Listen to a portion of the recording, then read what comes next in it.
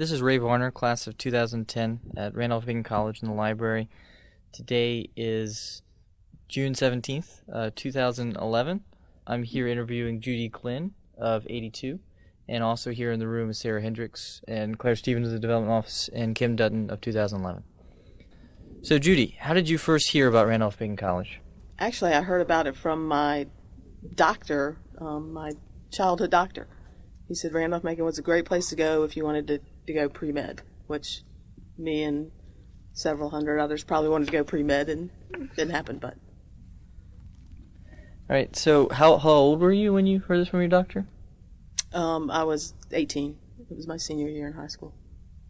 Okay. Can you tell us about your first trip to campus, when you first saw it?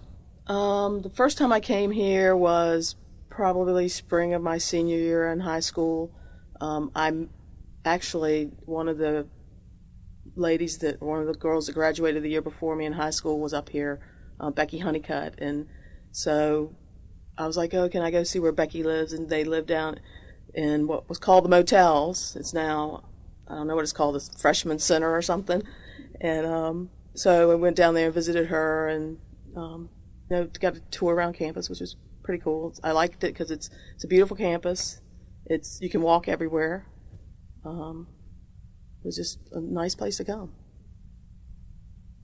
Okay. So you'd known that the college had gone coeducational in 1971. So did that impact your decision at all, that the college had just gone co-ed? Did you think about that? No, not really. I mean, you always looked. You got a better ratio of guys to girls. That's always good. But no, it didn't impact my decision to come here. It was more on the lines of academics. Okay. So can you tell us about that first day you arrived as a freshman? My freshman year, the first day I arrived, it was, a whirlwind. You're getting unpacked and you're meeting your roommate for the first time, and it's hot down in the motels, and we didn't have air conditioning then, and but it was fine. I'd been up here before because I'd been up to a couple of basketball camps when I was in high school, so I was kind of familiar with the campus somewhat. But the first day you're going to college and you're all excited, and I found out from my parents my mother cried all the way home. But it was the first day was great. Do you remember? I'm going to go on past the first day. Do you remember anything about orientation, or? I don't. I remember some things. It's I've had some friends whose children have come up here since then, and orientation is much more structured now than when we were here. So I don't remember a lot. I remember my RA, I guess the first week, sitting down and saying, "Here are the rules for my dorm," and we were all like, "Yes." And the big rule was, you don't get in trouble, I don't get in trouble. So we were all happy about that. Good. Yeah. I was going to ask, where were you coming from? Where did you grow up? I grew up in the east end of Richmond, so I was very close. I could get home in 30 minutes, I guess. Maybe 40. 295 wasn't cut through at that point. So is that part of your decision to come to Randolph-Macon? Being close? No, not really. It was just, again, it was more about the academics, because I really did want to go pre-med. And after I saw somebody go through the first year medical school, that wasn't going to happen. I can't pull an all-nighter. I'm sorry. Okay. All right. So you mentioned that you lived in the motel dorms. So which dorm were you in? My freshman year, I was in Garland. My sophomore year, I lived in the little house over by the old tennis courts. My junior year, I lived in New Dorm, which is Conrad, and my senior year I lived in Mary Branch. So at the time, was Garland, was it co-ed at that time? Or Garland was all girls. It was I guess it's 6. Is it 6 dorms down there? 6. I think it was 6 at the time, and it was like 3 of them were guys and 3 of them were girls, but they were all same sex dorms. No co-ed dorms. Okay. Can you tell us a little bit about your social life? So what you did on campus, activities? Well, yes. Some of it I can, some of it I can't. When I was here, there were no sororities. Sororities came into existence my senior year. And the first one, I guess, was Phi Mu, and they tried to get me to join the second semester of my senior year, and I'm like, you people have lost your mind. But because there were no sororities, all the girls were welcome at any of the fraternity parties, and actually all the guys were welcomed at any of the fraternity parties I ever went to. But, you had fraternity parties, you had, it's a lot different than it is now, number one, because the drinking age then was 18.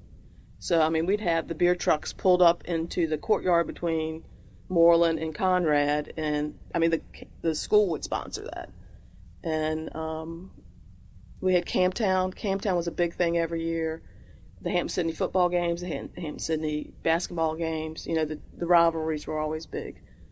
I still have some of my best friends in my life are people I met here. So, can you tell us anything about those friends? Any stories or who those people are? Are you going to interview them? Well, I played basketball my freshman year. My freshman and sophomore year, I played basketball. And then my sophomore, junior, and senior year, I played field hockey. And I'm closest with my basketball teammates. They were very supportive. They were more like sisters than anything else.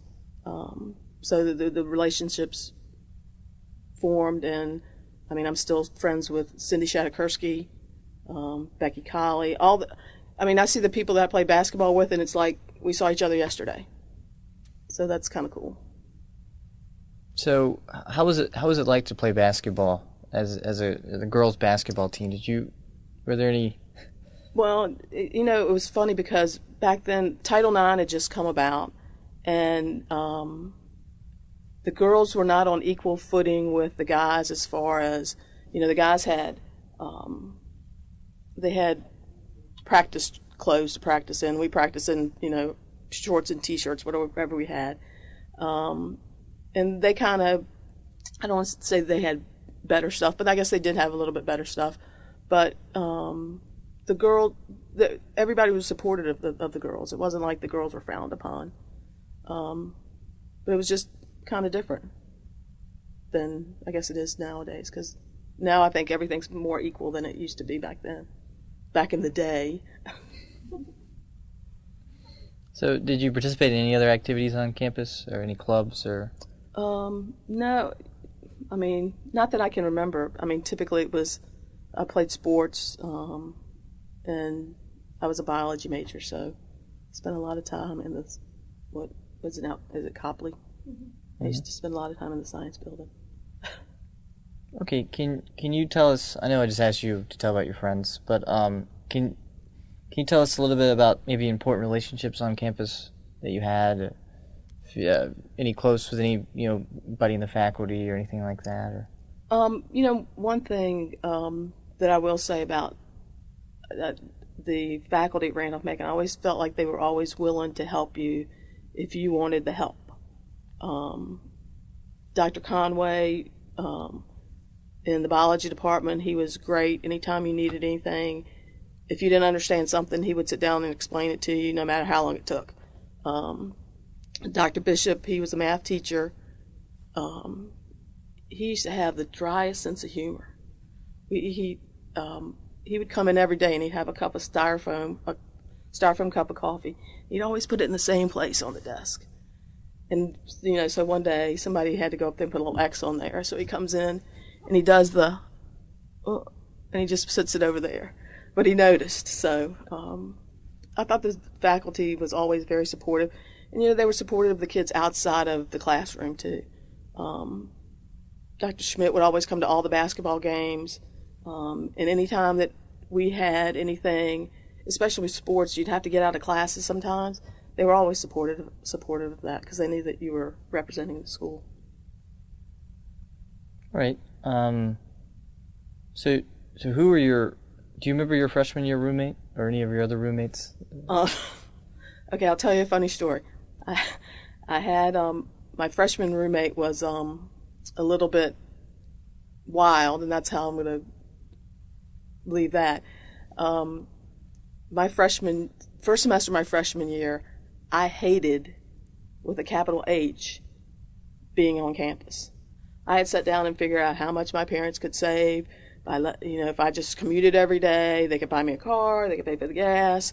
I wouldn't be, I'd figure all this out because I didn't particularly like my roommate. When I started playing basketball, which wasn't until I guess mid-October, I was going home almost every weekend. I was like, Mom, come pick me up. Okay, because I just hated it. And then I fell into a bunch of other friends, not the basketball friends, because they would get upset if they were. I fell into this other group of friends, and one weekend, it was a bunch of the girls we lived with in Garland. One weekend, this other friend of mine had a foreign exchange student as her roommate, and my roommate, they both went out of town, and we just moved one in with one room, and I moved in the other room. We moved all our stuff. I did get a little call from Dean Hull about that. I was like, we're all happy now. But my freshman roommate, she came back second semester. She didn't come back after the first year, and I don't know what the circumstances were with that. So when you lived in the field house by the tennis courts, Mm-hmm. What was it, an organization that was over there, or did you just live? Yeah. My sophomore year, they started running out on-campus housing, and I know a lot of kids now live off campus, and we didn't. That wasn't like a consideration back then. I don't know what it was. I don't know if it was money, if it was just we all wanted to be on campus, what it was, and we didn't have enough dorm rooms, so they put some of the married apartments up and that little house up, and you had to go through a lottery system to get the spaces to live. Well, they had put the married apartments up in that little house, and they wanted 4 people. You had to have 4 people in there. Well, we said, it was 6 of us that were really good friends, we'll put 6 in that little house, and somehow we won the lottery. It was just fate, I think. So it was 6 of us. It was a couple people I played field hockey with, and then just a couple other friends. And it's a good thing that house can't talk. That's all I can say. All right. So did you live there for the rest of your time, or was that just that year? Just that year, and then I lived in New Dorm or Conrad. Yeah, that's what you said. I moved in with one of the girls from the basketball team for a year. Then my senior year, I roomed with someone else in Mary Branch. So did you feel like living with athletes was a better experience, or for you since you were also an athlete, or? I don't think that had any bearing on it whatsoever. It was more friendships. Mm-hmm. Like when we lived in the little house, it was 6 of us that, and I know everybody's probably been to happy hour before. I require sleep at night. I cannot tell you how many times happy hour was brought back to my house. And I'd be in the bed asleep, and somebody would come in and sit on the edge of the bed. Hey, come on, get up, get up, get up. No, I have to sleep. Shut the door on your way out. Thank you very much. But no, it didn't have anything to do with being an athlete. It was the friendships that were formed because of that, possibly. Why did you stop playing basketball after 2 years? I stopped playing basketball after 2 years because the basketball coach and the field hockey coach were the same coach. And what was that coach's name? Linda Lurch. Okay. And she was a spazoid from Jersey. And I'm sorry if anybody's from Jersey here. But I had her from August until February as a coach. And it was like one of those things like, I can't take you for that long. And then also I was taking organic chemistry my junior year? Yeah, my junior year, and I was like, I think I need to study. I probably should have studied a little bit more, but that's why, because I just didn't, and you practice, I'm practicing for however many months that is, you could do the math, but And she said, I'm not going to play any more in basketball than you're playing right now, and that wasn't very much. So I was like, I can do something else with my time. So you said you were a biology major? Mm-hmm. So yes. how did you go from being, I guess you just didn't want to do pre-med, did you? I didn't want to do pre-med, and yes, biology has nothing to do with what I do now. When I got out of college, at Randolph-Macon, I was not done studying, but I was like, yes, I don't want to have to go to school next year kind of deal.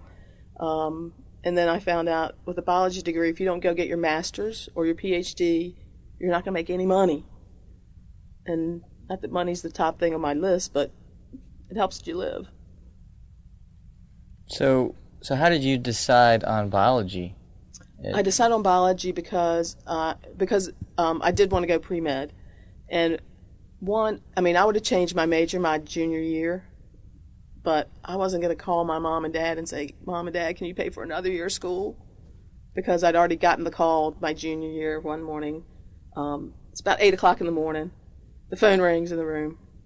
My roommate's asleep. I'm asleep. I answer the phone, hello.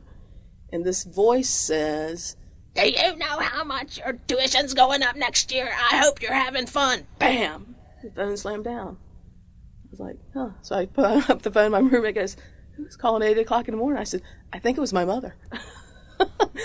She had read it in the Richmond paper, so she was like, and I was like, I'm not asking them to, tuition, how much is tuition now? A year? It's mid-30s, 34. It was like $4,500, and it went up to like $9,000. It almost doubled. So my mom, they were like, whoa! But go back to your question. I was a biology major because I wanted to go pre-med. By the time I realized I didn't want to go pre-med, I'd had to go another year, and I wasn't going to ask my parents to do that. So who's your advisor? My advisor, to begin with, was Dr. Warren. He was a psychology major, and I don't think I got another advisor until, I don't even know if I ever had anybody in the biology department, which was kind of weird. So you finished up with a psychology? I finished up with a degree in biology. No, with a psychology advisor. Advisor. Okay, Mm-hmm. That's interesting. I might have switched to. I'm thinking, did I switch? I don't know. If it was either Pat Demeny or Dr. Conway. Okay. But it was like, how do I have a psychology advisor? But it was okay. Yeah, you get through. So, were there any classes that you felt like were, really good classes in biology, or that you really enjoyed? Again, Dr. Conway was a great teacher, and he tied all of his lectures and things together. I can remember one exam I had with him, and we go into the exam, and it's probably my junior or senior year, and I'd had him before for a professor, so I kind of knew what to expect. He only had 2 questions on the exam, and people are freaking out. They're like, what? And he's like, yeah. And I'm over there just writing, because you know what he wants. He wants it back to him and how it all connects. Miss Pat Demeny, she had, if anybody is a biology major, she had the toughest practical lab tests ever. We would dissect a cat. She would have these cats twist it all up and say, okay, what's this? And you're going, oh my God, I don't know if it was laying out straight if I could tell you what it is. But she had some pretty tough exams. I don't think I had a professor here that I thought was just, well, I did. I had one professor that I thought was pitiful. But when, I found out he was going through a divorce, but he brought it into the classroom. Other than that, I would say all my professors here were really pretty good. So you were in the sciences. Mm-hmm. As a female. Were there lots of other girls in your classes, or were you normally? Well, it's funny because if you look probably at my class of 82, I don't know how many women graduated with a degree in biology, but on the basketball team I had 3 other people that were different years and they were biology majors, so it didn't seem like to me that, I guess I never kind of looked at, was it guy-girl kind of deal. It was just, we're all here for biology. Mm-hmm. Okay, you were talking a little bit more about what you did afterwards. You said you didn't do anything in biology, but so what did you do after graduation? After graduation, I took that summer off. Then I got a job that was it was just kind of a clerical job. And I did that because I had gone home for the summer and I had to move out because, you can only be there 3 months. There's a time limit on that. So I moved out and I got the job to obviously support me outside of living with my parents. And then I really kind of got into some computer programming with that job. And I don't know, I've just kind of, I'm not in that same job, but then I just kind of went to a mortgage company and worked for a while. Then I went to the place I work now. I left that, went back to do another job, came back to this company. I've been with this company for 25 years now. And what do you do with this company? I'm an operations manager. I manage the day-to-day operations for, it's called Expedex. We're part of International Paper Company.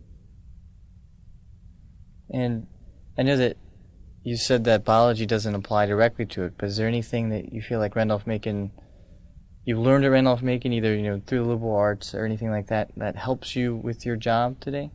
I think just the way the curriculum's set up here, you learn to problem solve, and back then you learn to problem solve and do things on your own. And being in sports, you learn leadership qualities, and it all makes you into who you are. So how have you stayed in contact with the college since you graduated? Well, living in Richmond, it's pretty easy because you're not far away. I mean, so many people, when they move away, it's hard to get back. I've stayed in contact through sports again. Carol LaHaye's done a great job of keeping the women's basketball alumni connected to the program. She started coaching, and I don't know if she started coaching when I was a senior here or if it was the year after I left, but she's done a good job of bringing the alumni back, keeping them informed about what the team's doing. When the girls went on their national title run, the teammates that I played with, we would call each other and go, "Hey, did you see what the score was?"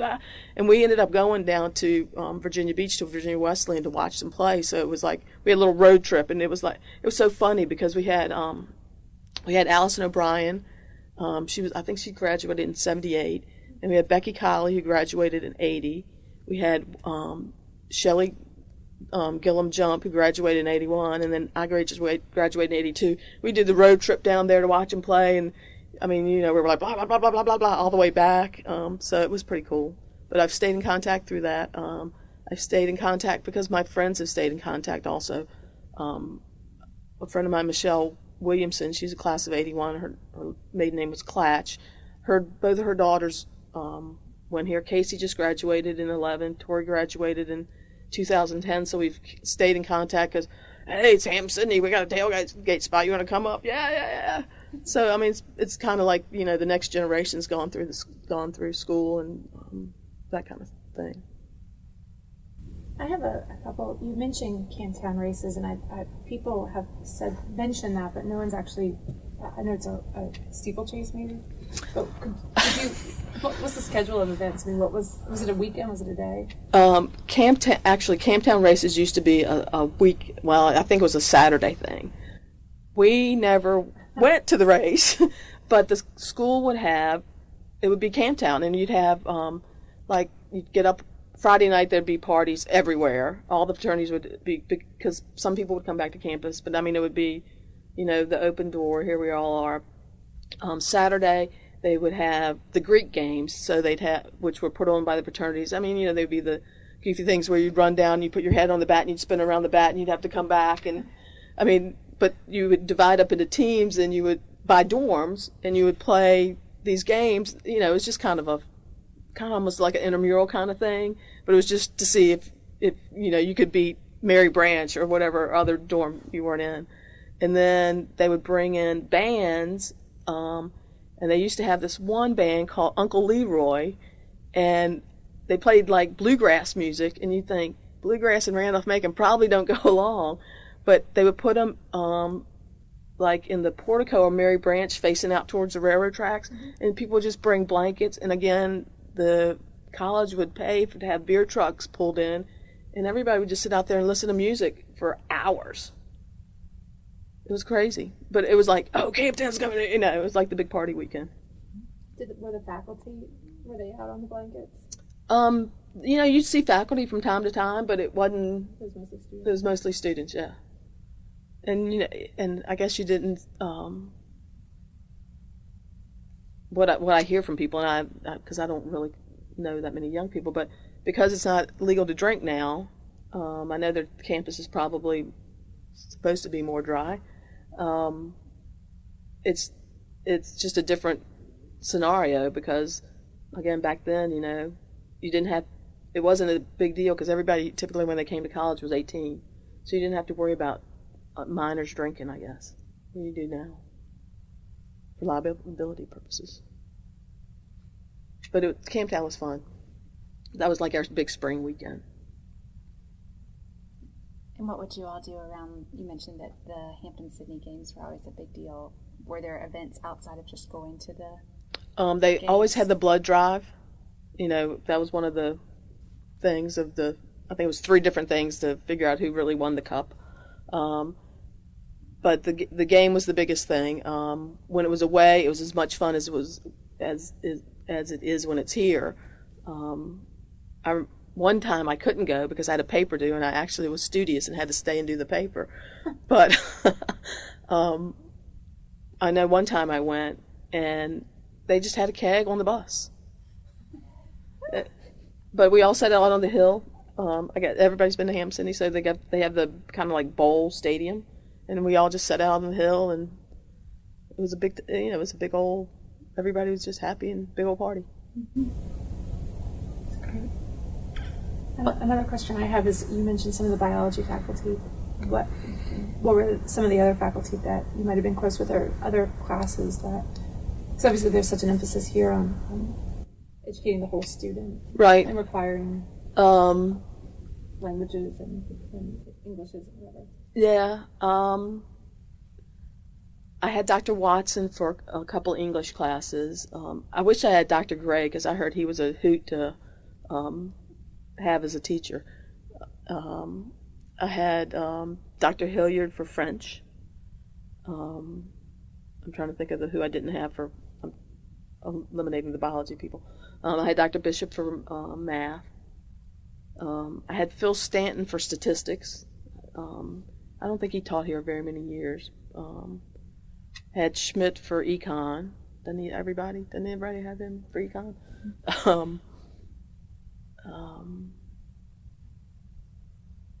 I guess they're the people that come. I had B.J. Seymour for religion.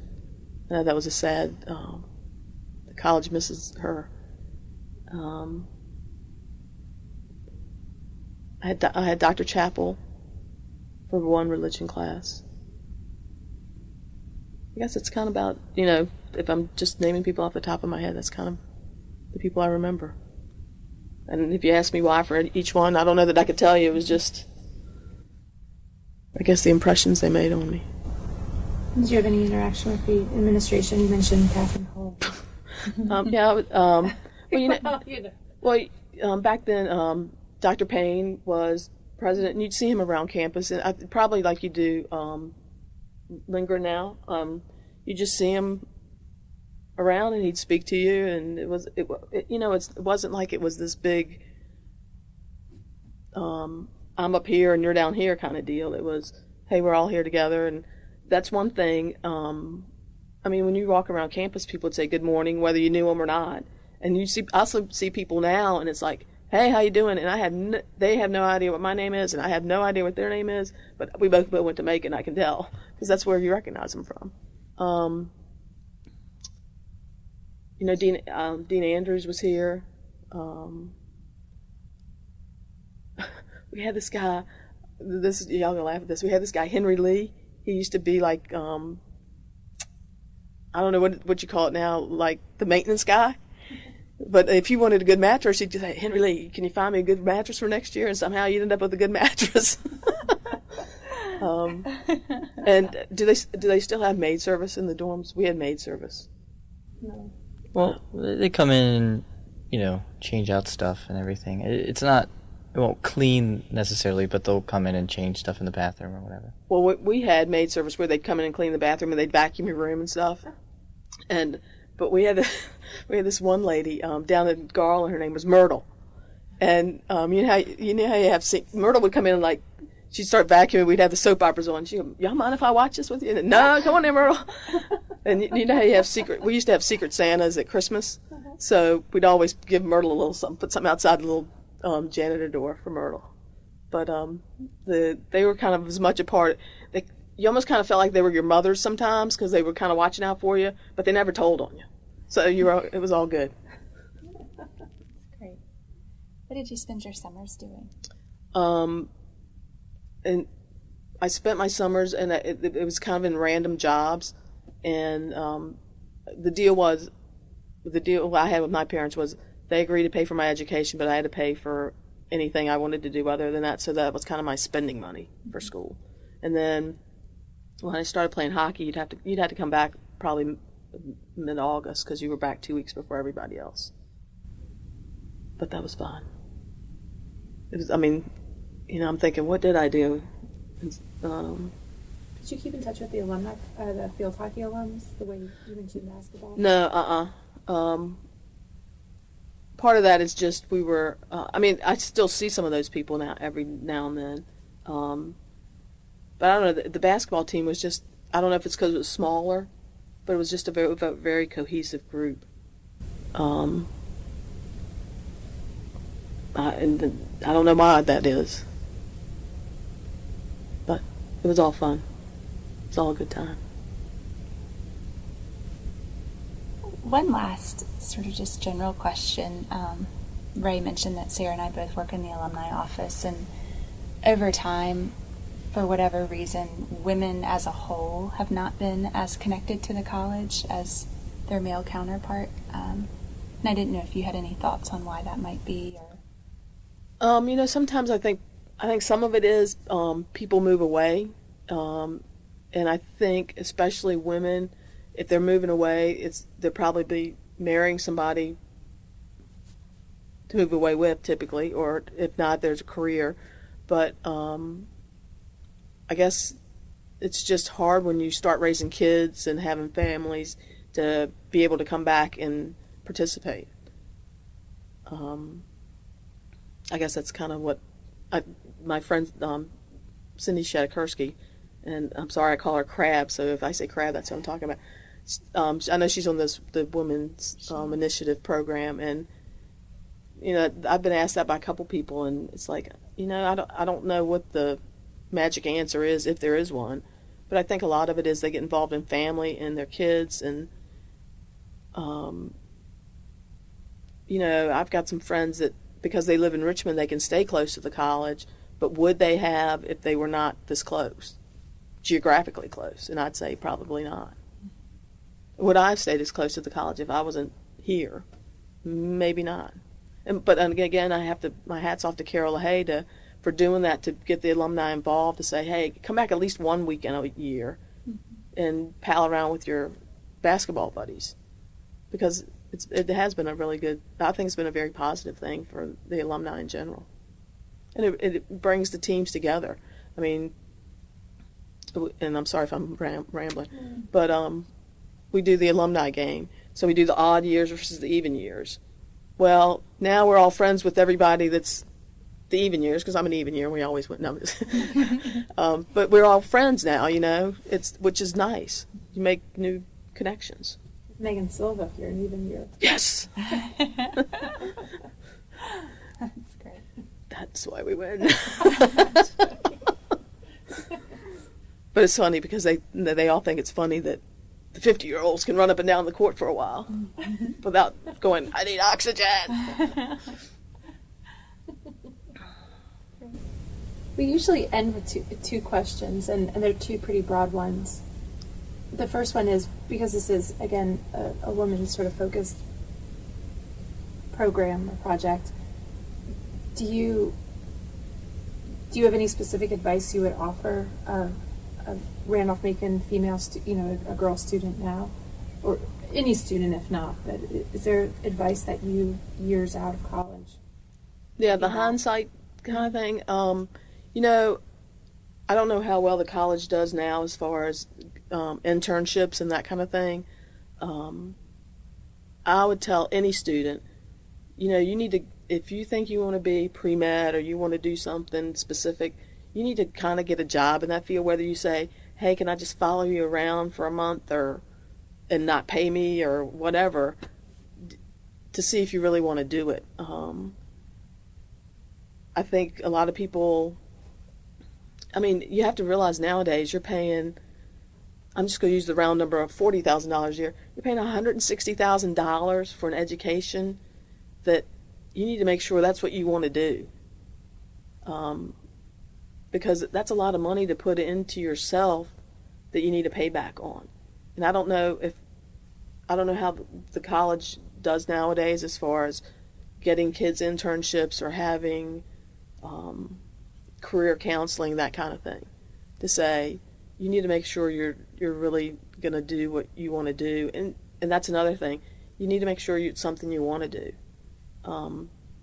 I've had some friends that they wanted to do pre-med and they've worked in a hospital for a while and they're like, that's really not what I want to do.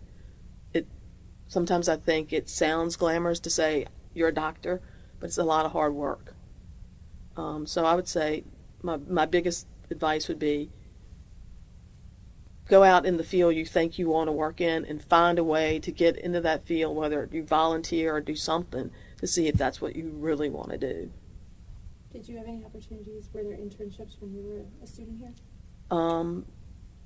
Not to my knowledge. There could have been, but not to my knowledge. And that's one of those things that, again, hindsight's 50-50. If you say, okay, let's go, or 20/20, whatever, right. If you want to go back and say, let's do, do you have an internship to go work in the medical field or something like that? I don't know that there were that many internships back then. And I think it's a good thing. I think it's a good way for people to get their feet wet, to see if that's really what they want to do. One thing that if I had to do it all over again, I would kind of do differently, was I ended up taking like all my major classes my junior and senior year, where if I had, obviously you had your biology 101 your freshman year and your chemistry 101, but if I'd taken some of those other classes, I might have changed my major before I thought about it the second semester of my junior year. What do you think you would have changed it to? Probably math. I'm a kind of analytical side of, that's kind of like me, that or computer science, but I would have probably stayed in the science field. But I probably wouldn't have done biology. But that's okay. I had a great time. And why were you a biology major? Because they said it was one of the hardest majors at Randolph-Macon. It's a challenge. It was a challenge. So, what else do you want to know? Do you think is there anything that we haven't asked that you feel like we should have asked, or anything that we haven't touched on? Please add any story, anything that comes to your mind when you think about your 4 years here. And I don't know that I can give you a list, but maybe some things that you, I don't want to say didn't like about the college, because if I didn't like it, I wouldn't have graduated. But there's things when you come along, again, like the internships. Would have been great to have an internship, or maybe your freshman year, and maybe they do this now, I don't know, maybe your freshman year when you come in, that first week orientation, you're in the career center saying, these are my likes, this is what I don't like, and then you say, oh, well, maybe this is what I should do instead of what you think you should do. Mm-hmm. And I don't know, I'm sure there's computer programs out there now that you can just sit there for an hour or 30 minutes and answer questions, and they say, oh, here's what you should kind of do. But I think you've kind of covered it all. it's it's funny because it's just a different. How old are you? I'm 30, turning 31 in 2 weeks. Yeah. So you all are. I mean, you just graduated. You're in 10. 20, soon to be So, 29. yeah, I mean, so y'all are all young. Keep saying that. But I mean, it was a different time back then, and I don't know if this should be on the record or not. But anyhow, I mean, this was a big. And I don't want to mean to sound it in a bad way, a big party school. But guess what? You party, but you had to make the grades. It wasn't like they said, okay, we're just going to get you on through. But it was like we played hard and we studied hard kind of deal. It was just, and nowadays, I've seen my friends' kids come up here, and I know it's all because of the age of when you're legal to drink and when you're not, and I understand that because it's a big liability issue. It's just a different atmosphere, I guess. You mentioned so you came in 78, which is right around when the first class had gone through. Had the college essentially worked out all of its kinks of going coeducation at that time? I mean, was it pretty seamless for you? I mean, were you aware that you were a pretty new cohort on a traditionally male campus? You know, I guess you kind of got most of that more from the alumni than from the people that were here, which was fine. It's funny because I worked with a gentleman, Jim Hunter, and I think he graduated in '65, but you know, he was the traditional Randolph-Macon. You know, Randolph-Macon, we went to the middle school because when you tell anybody now, where'd you go to school? Randolph-Macon. Oh, the one in Lynchburg? No. Did I say Randolph-Macon Women's College? No. But other than that, you know, I didn't feel like any of the guys or any of the administration here were prejudiced or anything because it was a woman on campus versus a guy.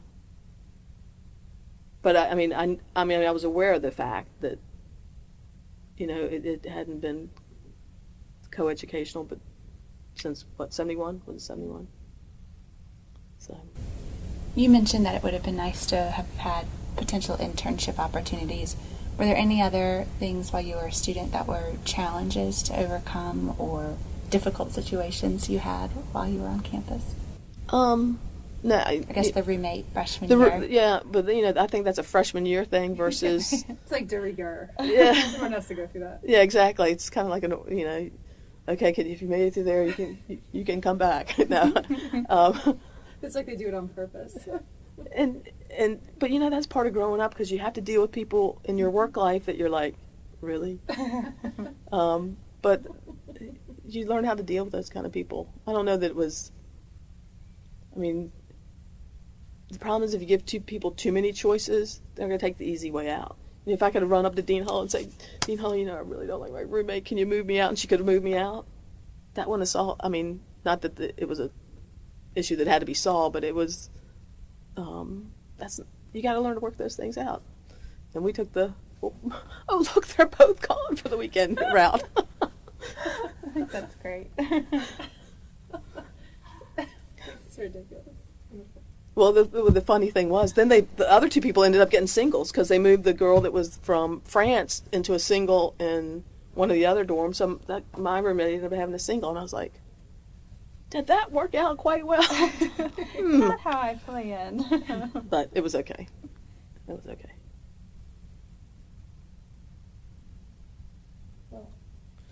Yeah, if there's not anything else that you want to say that you feel like you want on record, you know, maybe a story or anything like that, then I think that's all the questions we have for you. Okay. Thank you very much. And this has been Ray Varner with the Living Legacies Oral History Project at Randolph-Macon with the Women of RMC initiative.